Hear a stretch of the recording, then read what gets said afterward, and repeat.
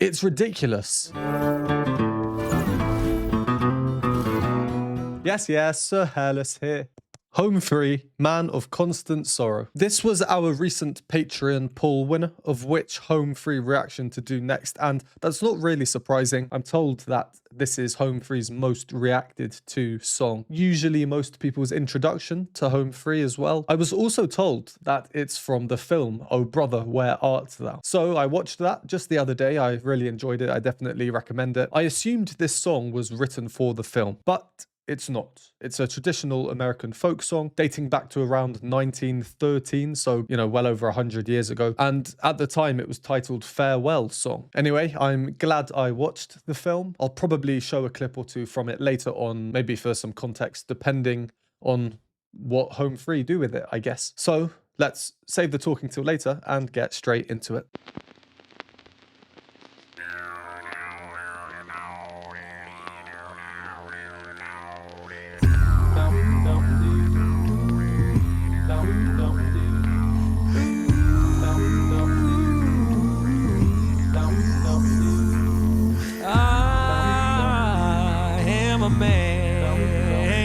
Constant sorrow, I've seen trouble all my days. I bid farewell to old Kentucky, the place where I was born and raised. The place where he was born and raised. 6 long years I've been in trouble. No pleasures here on earth I've found. Oh, in this world I'm bound to ramble. I have no friends to help me now. He has no friends to help him now. Okay, the beat is coming in full force. This, yeah, I can tell this is a cool one. Cool is going to be the word of today. Definitely inspired by Oh Brother, Where Art Thou? Now is maybe a good time to just show a little clip, particularly Rob's outfit. You know, it's exactly the same. I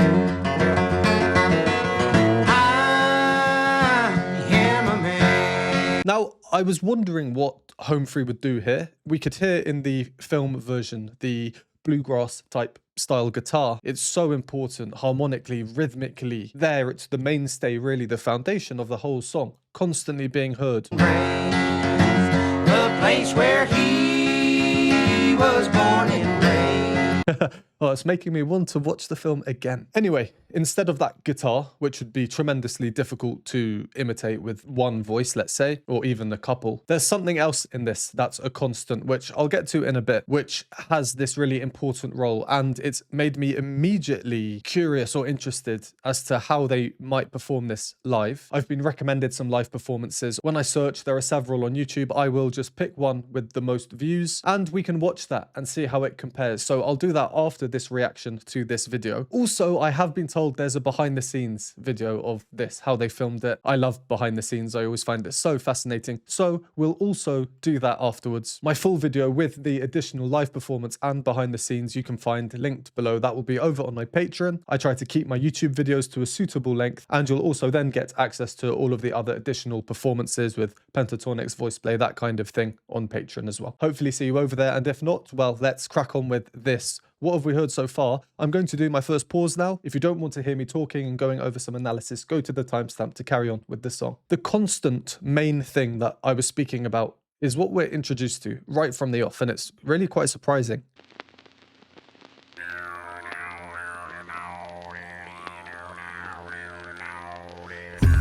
We'll call it just one part, and I will call it the overtones part. There are 2 parts in there, possibly 3, definitely 2, mostly duplicated with some separation towards the end. And then it starts to separate. As this is Home Free's most reacted to song, I'm sure there are plenty of vocal coaches who have done a reaction to this, and I'm sure they would have spoken about overtones, harmonics. We've seen pentatonics do it a few times with Avi, and when that happens, I point it out. So I won't go into detail about what they are, but essentially they're extra notes that are created through a special type of singing that sort of resonate. Overtones, you can think of it as additional tones.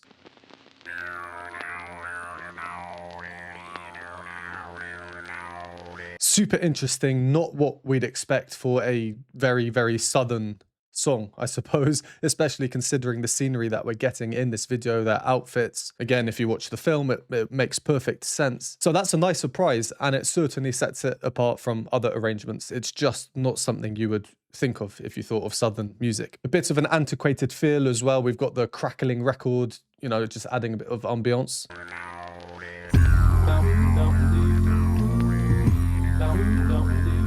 And this arrangement overall, it's not incredibly complex. And that's not a bad thing. If anything, it's a good thing. It means it's easier to sing on an individual line level. And it's a testament to great arranging. If you can take many simpler parts and create this fusion of sound that does sound complex, it's fairly difficult to decipher exactly who's singing what. So we have the overtones, then we have one part going dum ba da ba doo.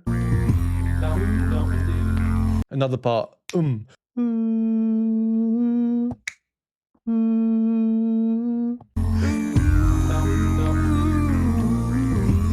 then Austin comes in higher up with chromatic inflection, a little slide up and then down, a bit more playful, jumping around a little bit. Combine them together and it just creates this full sound. I really like it. And Adam Rupp with his beatbox. We don't have a constant beat just yet. One did come in for the kind of second half of what we've heard so far, and where I paused, it sounded like there was a constant beat, like a percussion drum set. For now though, it's super interesting to just listen out for Adam and just hearing all these kind of additional beats that he's making. I am a man. So faint it sounds like breaths or like a rattlesnake. And I like how you can see him out of focus there. The wind effect, hands over the mouths, very nicely moving into this harmonica. One of my first ever home free reactions, White Christmas. I said, there's no way that's made by the human voice. There has to be a harmonica there. And I was told many times, no, this is him. Here we can see it again. Super cool. Super, super cool.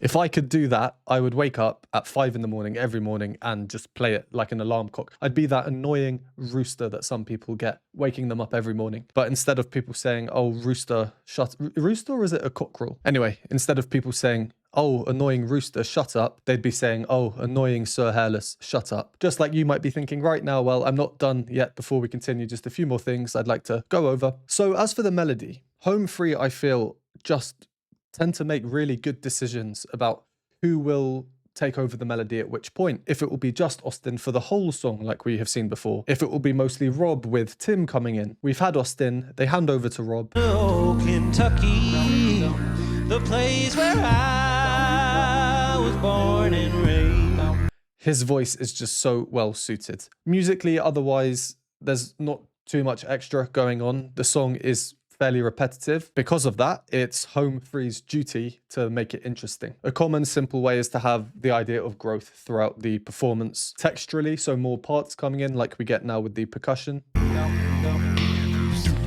or 6 long years.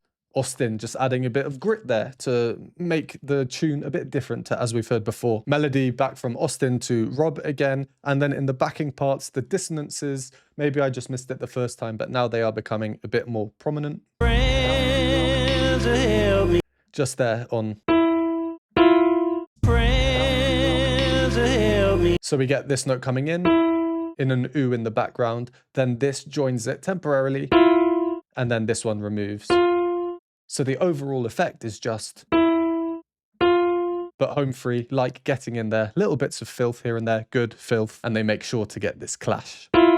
And just before we paused, He has no friends to help him now. the bass line, he has no friends. that chromatic line up with the harmony on top. It's just nice. That's one thing I really liked about the song in the film. However, when the other two chaps come in to sing this part, The place where he was born and raised. I was watching this film with someone and I did say to them, oh, we're hearing 3 vocal parts there, but we're only seeing 2 in the microphone. Of course, I'll let them off. All right, let's carry on. As I said, it is a repetitive song, so let's see what Home Free do to spice things up a little bit.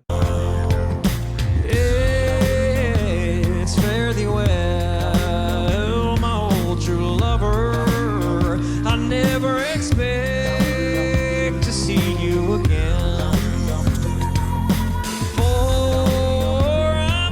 To ride that northern railroad, perhaps I'll die upon this train. Perhaps he'll die upon this train.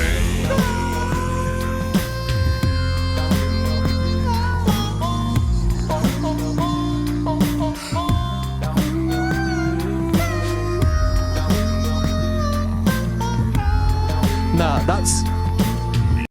it's ridiculous. I'm half tempted to just cause absolute controversy and say I don't believe it's Adam Rupp. Of course I do, don't worry. But that's how ridiculous it is. I'm going back a few seconds and then we'll carry on.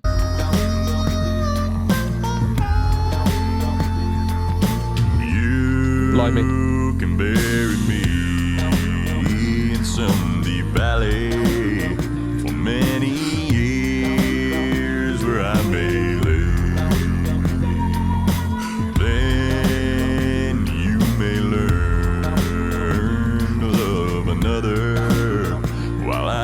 Sleeping in my grave, while he is sleeping in his grave.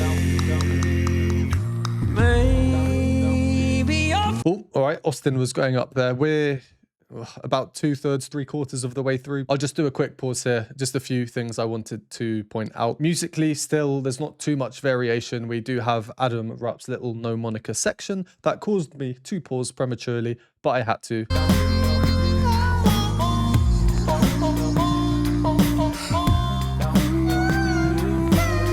If you were to just sing that, that would be insanely difficult. Is that chest voice? Is it head voice? It sounds a bit like a blend, but more predominantly chest moving into predominantly head. It's difficult to tell. And then he moves up. That's really high. That's a G. One note above it, the A, is as high as your chorister is expected to sing. You know, kind of the top of their range. So the singing part alone is wow. And then combine it with this no moniker effect. It's ridiculous. Just flagging, when I say ridiculous, I mean it in a good way. I received a comment the other day telling me that something wasn't ridiculous. Where I'm from, we often use these words like ridiculous, crazy, nuts to mean a good thing. Then that leads into Tim with the melody. So that's just another way they're getting some variation. Austin, Rob, Austin, Rob, Austin, Adam's harmonica solo to Tim. You can bury me. And I like how when he starts, it's almost as if things are going to come off. The percussion stops. You can Focus on the accompanying chord that we get throughout the whole song that's coming in. After the first beat, like a layered chord. Bum, bum. You can bury me. No vibrato there. You know, I loved him from what I've seen so far. Yes, I know I do need to get to his solo works. They are on my list. I am very excited to do that. In some deep valley for many years where I may. It's just very scenic, switching between the heavy rain, wet, and then here. And just before we paused, the bass. Whoa.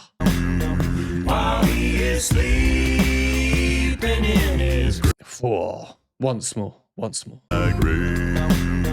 While he is sleeping. That's an A down here. While he is sleeping in his grave.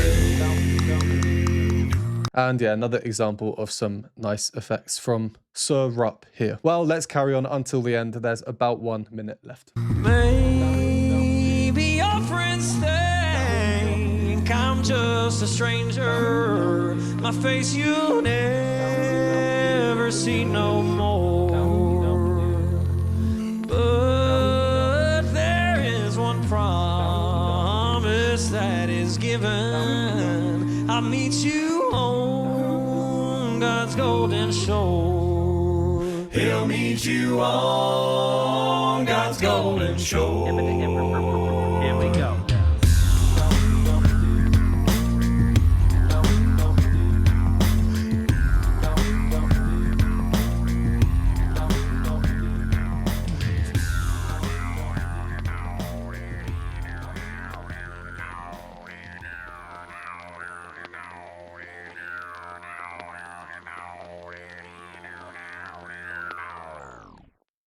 Yeah, it's a cool one. It's a cool one. I love how Austin saved just the full southern mode for that last verse of his. That is given. I'll meet you on. You own. Sorry, that was a bit over the top. He's so smooth with it. Friends think I'm just a stranger. He's changed the mode there, so the harmony is intrinsically changed essentially for his melody at that little moment. It gives it that twang, you know, it makes it interesting. And otherwise, the music doesn't change much. He'll meet you on God's golden shore. Here we go.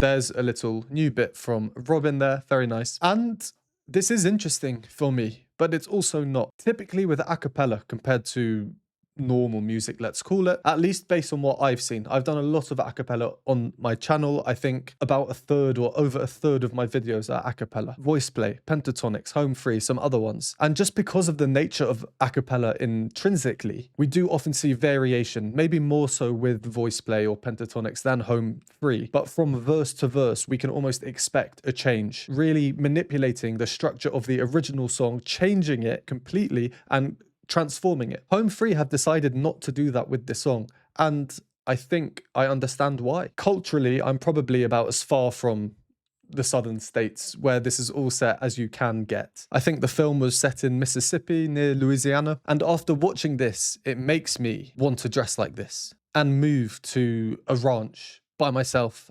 with my land and sit there like Tim singing this song. It just fully got me in the mood, and that's because of the repetitions that they have purposefully, objectively kept in there. If they had been changing things up a lot, I think maybe the feel, the real Deep South feel, might have been lost or at least not as effective. Well, there we go. Home Free, Man of Constant Sorrow. I will continue to use the word I used at the beginning. I find this one very cool. So thank you to everyone who recommended this one and who voted in the poll to make this happen. We got there in the end. Now it's time to go and watch a live performance and then the behind the scenes video. So if you want to join me there, head over to the link below. And if not, thank you very much for watching. Would appreciate a like and subscribe. Comment down below the next song you'd like to see me do by Home Free. If you'd like to support me, you can donate me a hot chocolate or two at the Buy Me a Coffee link below. And if you'd like to join the community, get access to the polls, to vote, and other exclusive content, you can join the Patreon linked on the screen now, and I will see you next time.